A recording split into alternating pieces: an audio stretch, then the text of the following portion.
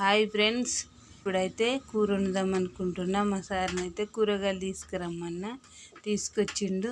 టమాటాలు వండుదాం అనుకుంటున్నా.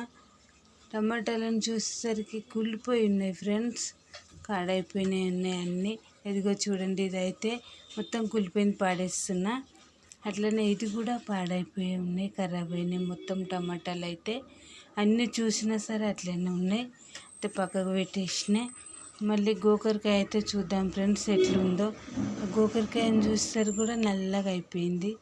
ఎదిగో చూసారా, అది కూడా పక్కన పెట్టేసిన. ఇప్పుడైతే క్యాబేజీ వండుదాం అనుకున్నా. ఆ క్యాబేజీని చూస్తారు కూడా నల్లగా అయిపోయింది ఫ్రెండ్స్. అదిగో చూస్తున్నారు కదా, కర్రీ వండుకుంటే ఎట్లుంటుంది, బాగుండదు. అలాగే బీట్రూట్ అయినా మంచిగా గీరి చపాతీకి ఫ్రై చేద్దాం అనుకున్నా. అది చూస్తారు కూడా మెత్తగా అయిపోయింది. క్యారెట్ కూడా మెత్తగా అయిపోయినాయి, రెండు చూసరికి మెత్తగా అయిపోయినాయి, అది కూడా తీసేసిన.